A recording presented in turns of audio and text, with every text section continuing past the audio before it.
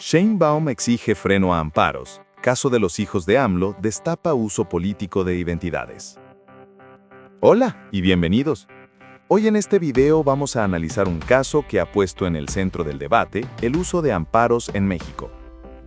La presidenta Claudia Sheinbaum ha exigido reformar la ley de amparo después de que se descubriera que se tramitaron recursos legales usando identidades falsas, incluyendo la de los hijos de López Obrador.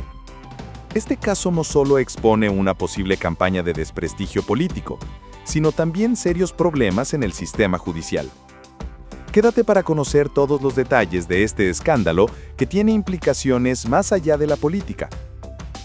El pasado 16 de septiembre se difundió que se habían tramitado demandas de amparo en beneficio de Andrés Manuel Andy y Gonzalo Bobby López Beltrán, hijos del expresidente López Obrador. Detalles del caso. Estos amparos supuestamente buscaban proteger contra órdenes de aprehensión no solo a los hijos de AMLO, sino también a otras 14 personas, incluyendo al contraalmirante Fernando Farías Laguna y Roberto Blanco Cantú. ¿El problema? El abogado Juan Francisco Rodríguez Smith McDonald, a quien se atribuían estos trámites, negó categóricamente haberlos presentado y denunció la suplantación de su identidad. La evidencia. Una prueba clara de la falsificación es que su nombre aparece mal escrito en los documentos, como Francisco Javier en lugar de Juan Francisco, y el abogado confirmó que nunca firmó esos documentos. Durante su conferencia matutina en Palacio Nacional, la presidenta Sheinbaum señaló que no se trata solo de un ataque político, sino de un problema legal y de seguridad que debe investigarse a fondo. Declaraciones clave de Sheinbaum. 1. Es parte de la campaña de calumnias, y se tiene que saber quién puso esos amparos. 2. Acusó que los amparos forman parte de una campaña de calumnias contra los hijos del expresidente y del movimiento político. 3. Pidió al Senado revisar el uso indebido de amparos tras revelarse que fueron involucrados sin consentimiento. La propuesta. Sheinbaum propuso una reforma a la ley de amparo para regular los recursos presentados a nombre de otros, estableciendo mecanismos más estrictos de verificación de identidad. Este caso expone una vulnerabilidad seria en el sistema judicial mexicano, la facilidad para suplantar identidades en trámites legales. Análisis del problema. 1. Falta de verificación. Los sistemas actuales no tienen suficientes mecanismos para verificar la autenticidad de quien presenta un amparo. 2. Tramitación electrónica. Los amparos fueron ingresados de manera electrónica, lo que facilita la suplantación. 3. Impacto en víctimas. Las personas cuyas identidades son suplantadas sufren daños a su reputación y pueden enfrentar consecuencias legales. Lo que dice el ministro Saldívar. Por supuesto debe haber sanciones. Las personas que resultaron afectadas pueden promover medios de defensa o acciones penales y civiles contra quienes hicieron un mal uso de su nombre para golpearlos políticamente. La pregunta central es si estamos ante una estrategia de guerra sucia política o ante la Comisión de Delitos Federales. Los elementos que apuntan a estrategia política. Timing. Los amparos se hicieron públicos en fechas políticamente sensibles. Objetivos. Se incluyeron figuras relacionadas con el gobierno anterior. La difusión masiva en redes sociales por parte de periodistas como Claudio Ochoa Huerta. Los elementos legales. Suplantación de identidad, delito federal, uso fraudulento de documentos, posible obstrucción a la justicia. Un precedente peligroso. Si no se castiga, esto podría abrir la puerta a que cualquier persona presente amparos falsos, usando identidades ajenas para desprestigiar o proteger a terceros. Este caso expone debilidades estructurales en el sistema judicial que van más allá de la política. Los problemas identificados. 1. Control insuficiente. Los juzgados no tienen mecanismos robustos para verificar identidades. 2. Tramitación masiva. Los recursos se presentaron en juzgados de Ciudad de México, Tabasco y Zacatecas, sugiriendo una operación coordinada. 3. Vulnerabilidad del sistema. Si es tan fácil presentar amparos falsos, ¿qué otros trámites pueden ser vulnerados? Propuestas de solución. 1. Verificación biométrica obligatoria. 2. Ratificación presencial para casos sensibles. 3. Sanciones severas por suplantación. 4. Registro Nacional de Abogados con verificación cruzada. Tanto los hijos de López Obrador como el abogado cuya identidad fue suplantada han salido a defenderse. Andy López Beltrán desmintió el hecho, señalando las publicitira y aseguró que desconocen a los tramitantes. El abogado Rodríguez Smith, 1. Aclaró que jamás ha solicitado ni tramitado ningún amparo a favor de los López Beltrán. 2. Está preparando una denuncia por usurpación de identidad. 3. Confirmó que no conoce a los hijos de AMLO. La credibilidad. El hecho de que el abogado mismo denuncie la suplantación refuerza la teoría de que se trata de una operación diseñada para causar daño político. Este caso nos deja varias reflexiones importantes. 1. Vulnerabilidad del sistema. Nuestro sistema judicial tiene serias vulnerabilidades que pueden ser explotadas con fines políticos o criminales. 2. Guerra sucia política. El uso de identidades falsas para desprestigiar adversarios representa un nuevo nivel en las estrategias de guerra sucia. 3. Necesidad de reformas. La propuesta de Sheinbaum de reformar la ley de amparo parece necesaria independientemente de las motivaciones políticas. 4. Precedente peligroso. Si no se investiga y castiga a los responsables, esto podría convertirse en una táctica normalizada. 5. Protección de víctimas. Tanto las víctimas de suplantación como aquellos falsamente acusados necesitan mecanismos de protección más efectivos. Este caso trasciende las diferencias políticas y toca elementos fundamentales de nuestro Estado de Derecho. Como ciudadanos debemos 1. Exigir transparencia en la investigación de este caso. 2. Apoyar reformas que fortalezcan nuestro sistema judicial. 3. Estar alerta ante posibles manipulaciones similares. 4. Promover el debate informado sobre estos temas. Una pregunta de reflexión. ¿Crees que este caso representa un punto de inflexión en cómo se hacen las campañas políticas en México? Con su permiso, Presidenta. Buenos días. Brevemente, hay que aclarar, porque se está reiterando una narrativa de que esta reforma al amparo es regresiva y busca limitar el acceso de defensa de las y los mexicanos. Esto es absolutamente falso. Se busca hacer un juicio de amparo más ágil, más eficaz, tecnológico, donde haya una justicia digital. Y hay dos aspectos fundamentales que se han estado criticando, no sé si con mala fe o con ignorancia. El primero, que se está limitando el amparo porque se está modificando el interés legítimo. Es decir, ya no van a poderse defender a través del amparo derechos como los derechos ambientales, por ejemplo. Esto no es así. La iniciativa lo único que hace es describir los elementos de esta figura, el interés legítimo, tomando la jurisprudencia obligatoria del Pleno de la Suprema Corte de Justicia de la Nación, es decir, aclarar la figura para que sea más fácil su aplicación.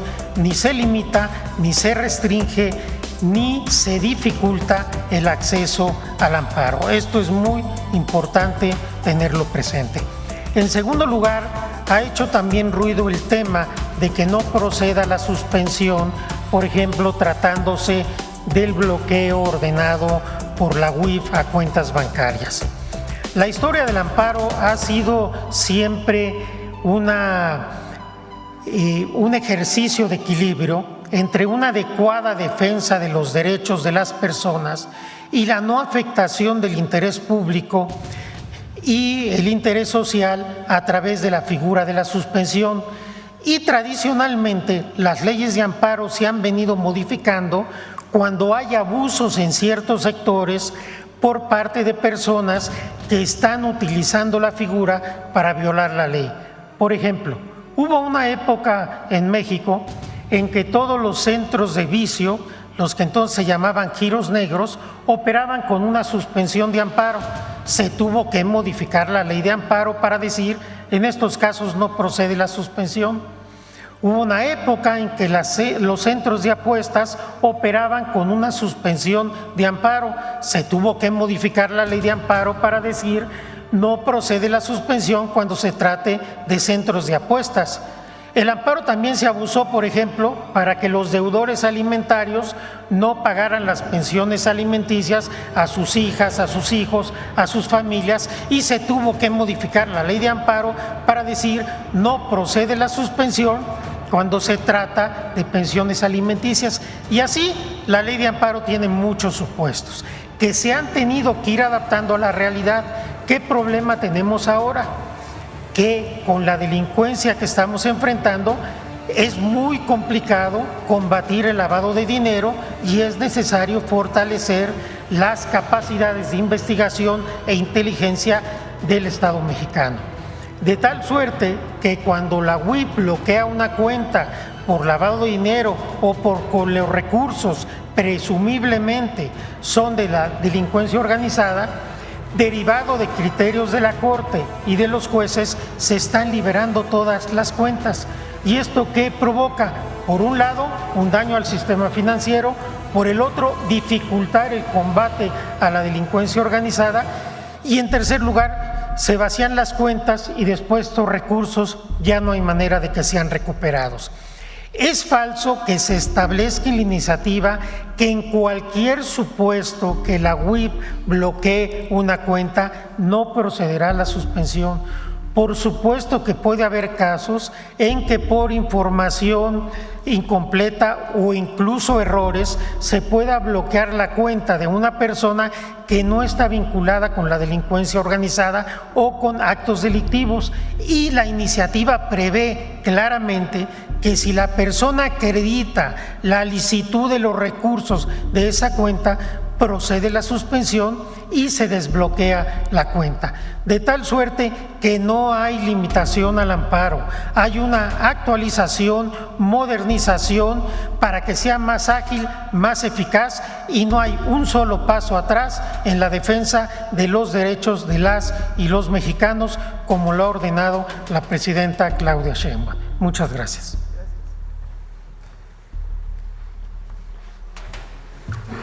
Adelante, vamos con las preguntas. A ver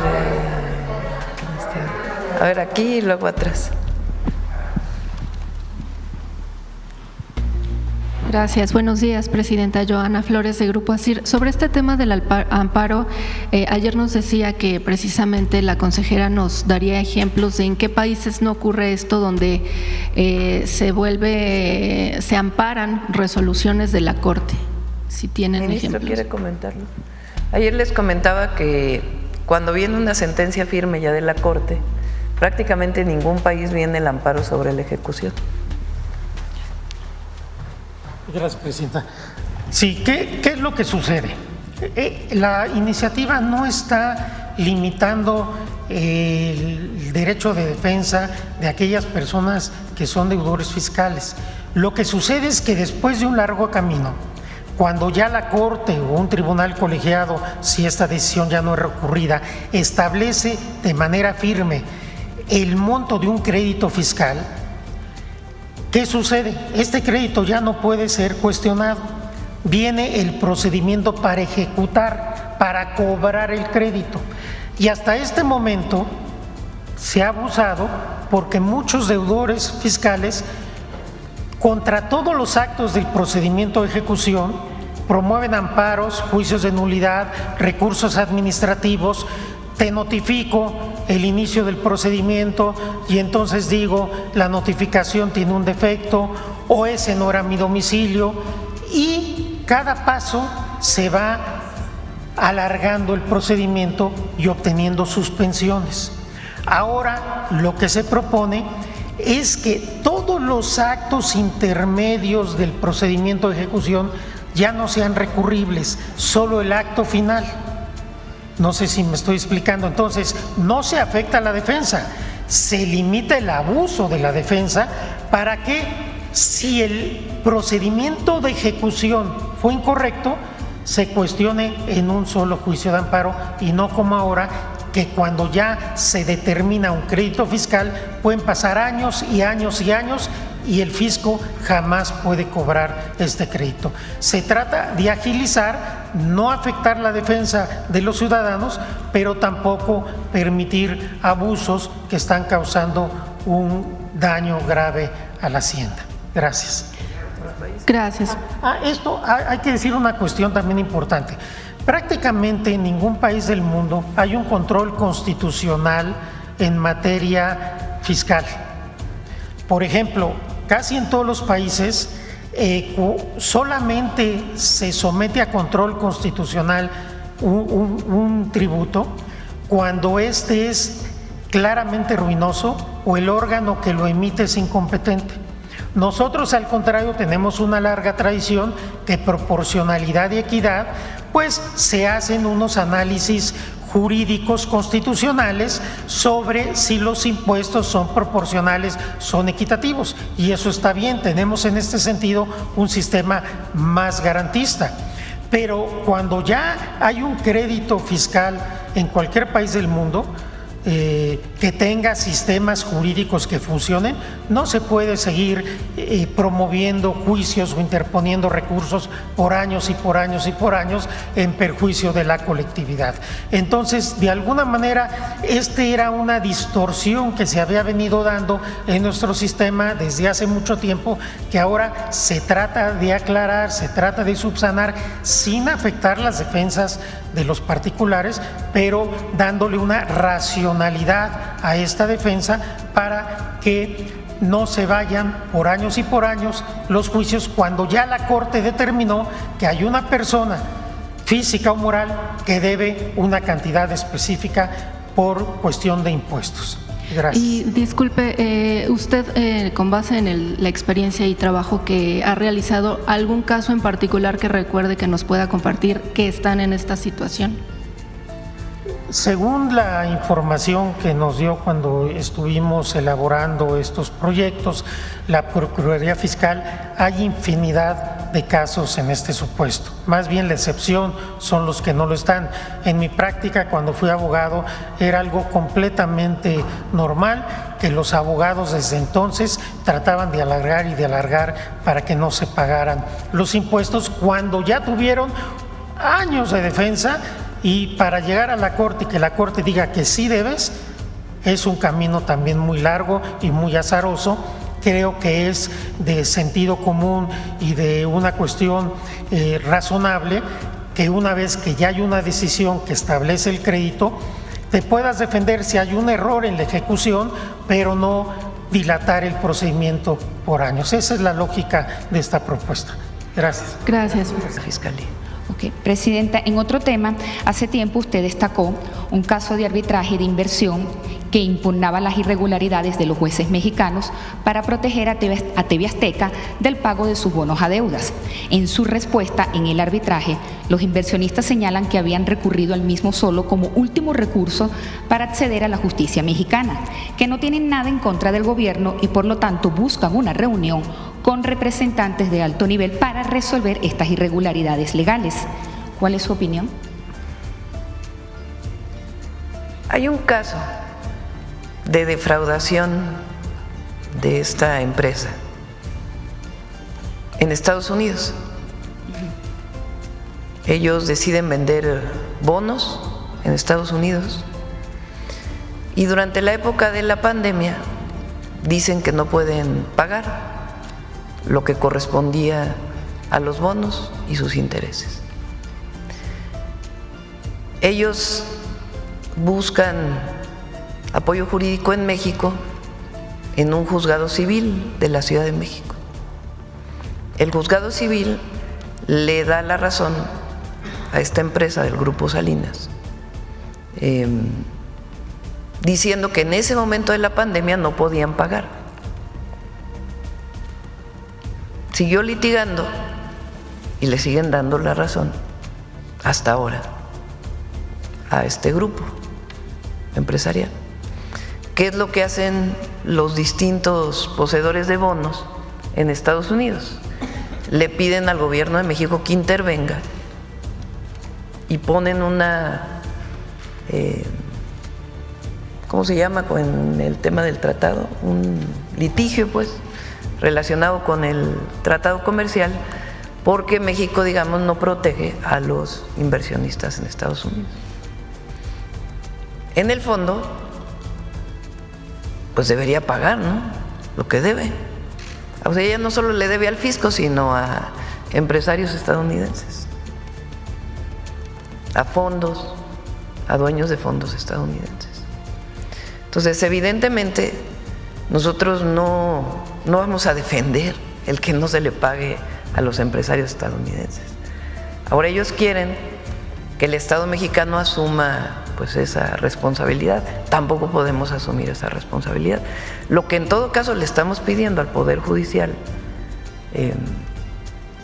en este caso de la Ciudad de México, pues es que resuelva adecuadamente, porque la pandemia ya pasó, eso ya fue. Ahora sí que toma chocolate y paga lo que debes. ¿Pero se llevaría a cabo un diálogo? Pues la Secretaría de Economía lo va a ver, porque todo lo que tiene que ver con litigios relacionados con el TEMEC o el Telecán en su momento, que todavía hay algunos, todos estos litigios tienen un nombre especial, no sé si aquí, arbitrajes internacionales, los ve la Secretaría de Economía y en todo caso los estará viendo.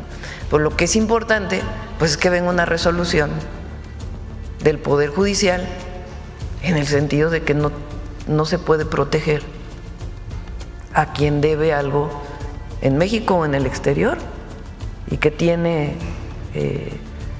que no hay ningún sustento legal para que no se pague. Entonces de ahí viene el litigio que salió hace unos días en los medios de comunicación por esta solicitud de que el gobierno mexicano intervenga y tenga esta reunión. La Secretaría de Economía está evaluando la pertinencia de la reunión, pero creo que lo más importante pues es que nosotros no vamos a proteger a una empresa que le debe dinero a empresarios de Estados Unidos. ¿Cómo vamos a proteger nosotros? Y el Poder Judicial tampoco debería proteger. Sí, es que ellos dicen de que no hay comunicación y le han pedido respuestas al gobierno de México y lo que quieren es saber si puede haber un diálogo. Pues que lo revise la Secretaría de Economía, lo está revisando en el marco del derecho internacional y de nuestras leyes. Lo importante y lo de fondo es que nosotros, como gobierno, no estamos protegiendo a quien debe dinero a empresarios o a fondos de inversión o fondos que compraron bonos de este empresario. ¿Cómo vamos a defenderlo? Y el Poder Judicial, repito, tampoco debería ampararlo. Ese es uno de los temas del abuso de los amparos. Buenos días, Presidenta. Hans Salazar, de Noticiero en Redes. A propósito de este tema de los cambios en el tema de los amparos, preguntar, pues ya se ha desmentido, ya se ha explicado aquí incluso el día de ayer respecto a esto de el famoso amparo a los hermanos López Beltrán, Andrés y Gonzalo. Preguntar, en este sentido, también se tiene contemplado, bueno, porque si cualquier persona puede ir ahí a amparar y no pasa nada y ocurre todo este tema mediático, que ese es el objetivo muy claramente, y que además el abogado al que estaban señalando no es el desmiente que haya sido él, que incluso pues si usaron o no su firma. Todo este tipo de cosas también se tienen contempladas en estos cambios, digo, quizá no concretamente en lo que han expuesto, pero sí se tienen contemplado en cambios, sanciones o delimitar muy bien este tipo de acciones. ¿Quieren comentar?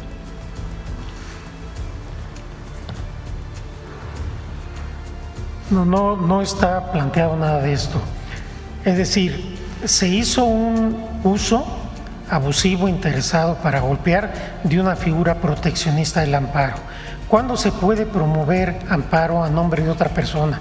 Una persona está incomunicada, no puede promover el amparo ella misma.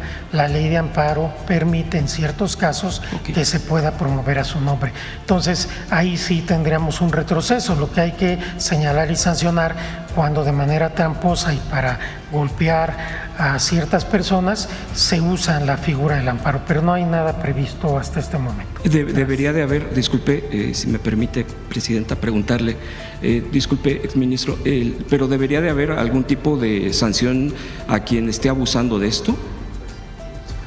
Por supuesto, y las personas que resultaron afectadas, pues obviamente pueden promover los medios de defensa o las acciones que pueden ser tanto de manera penal como civil en contra de quien haya hecho un mal uso de su nombre para golpearlos políticamente. Muchas gracias. Ahora, vale la pena, ahora que está en discusión en la Cámara de Senadores, ahí entro, que se revise este caso. ¿En qué casos alguien puede promover un amparo a nombre de otro y en qué casos no? Yo creo que vale la pena que se incorpore este tema en la discusión. Lo está planteando el Senado. Bueno, pues que lo decide el Senado. Yo creo que aquí lo importante es el fondo de estos cambios a las leyes, que es cumplir con la reforma constitucional y hacer de la justicia, que la justicia sea más expedita, que sea más rápida. Fíjense las 8 columnas. El día anterior, primero sale Latinos en la mañana diciendo que se habían amparado los hijos del presidente López Obrador para que no se les investigara. Después sale, creo que en Reforma o en el Universal, y ya en la tarde Andrés Manuel López Beltrán saca un comunicado diciendo que ellos nunca lo solicitaron. O sea, hay suficiente tiempo de todos los medios de comunicación para que al siguiente día puedan aclarar al mismo nivel, en todo caso, ¿no? Hay un amparo, no es verdad. Vean cómo está. Amparan a Andy en contra de FGR y aquí chiquitito, y él dice montaje. Bueno, ya aclararon que ellos no, con tiempo suficiente, no pidieron el amparo. ¿Por qué el Reforma al otro día saquen 8 columnas? Pues ¿qué fondo tiene? Político, de dañar, de calumniar. Es propaganda, no es información. Esto es propaganda política, no es información. De un medio de comunicación o de alguien que se dice que es un medio de comunicación. Y lo mismo TV Azteca. Mentira, como dice el detector. Siguen diciendo que se ampararon. Bueno, ¿qué objetivo tiene? Hoy sale Ciro Gómez Leiva. ¿Cómo es que no se va a investigar a los hijos del expresidente? ¿Y por qué se va a investigar a los hijos del expresidente? ¿Cuál es la razón? ¿Que lo dice él? ¿O que lo dice el Reforma? ¿O que lo dice Latinos? ¿Alguien ha puesto una denuncia? Ah, sí, Doring, por cierto, ¿no? Sí, es que hay que poner todo en su lugar. Entonces, ¿qué objetivo tiene esto?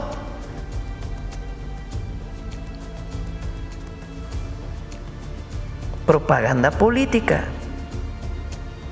Entonces, que en vez de decir medio de comunicación, digan medio de propaganda política del conservadurismo mexicano.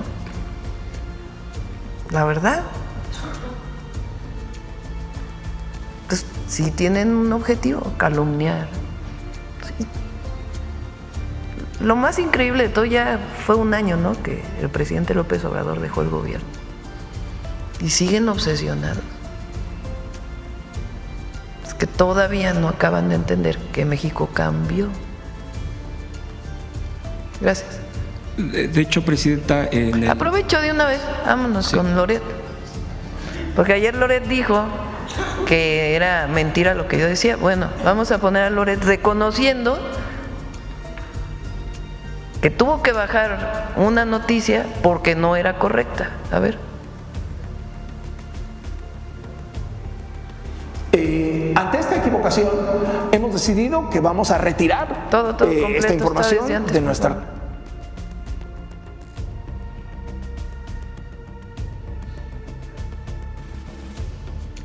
Oiga, cometimos en Latinos un lamentable error por el que le ofrecemos una disculpa. Al arranque de este noticiero, le presentamos de manera equivocada las fechas y los cargos en la nota que tenía que ver con la investigación de la Fiscalía General de la República sobre la red de huachicol en la Marina. Ante esta equivocación, hemos decidido que vamos a retirar esta información de nuestras redes sociales, lo cual nos permiten nuestras plataformas digitales, es decir, vamos a quitar ese fragmento, dado que no eran correctos los datos que ahí se presentaban. Se le cayeron tanto diciendo es falso, que tuvieron que reconocer pertinente con los datos correctos, que en efecto era falso. No, pero él sale ayer diciendo, no, la presidenta está diciendo cosas que no son. Pues si él mismo lo reconoce, ¿cómo voy a ser yo la que diga que no es verdad? Si él lo reconoce. Dieron una noticia de que hubo una balacera en Sinaloa y en realidad había salido meses antes en las redes sociales que era en Yemen o en Yemen. Bueno, ¿qué clase de periodismo es este?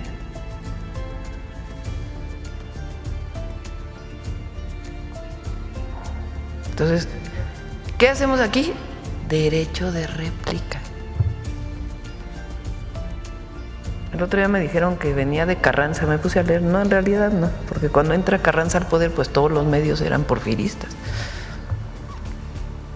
Pero sí hace una ley que después se convierte en el derecho de réplica.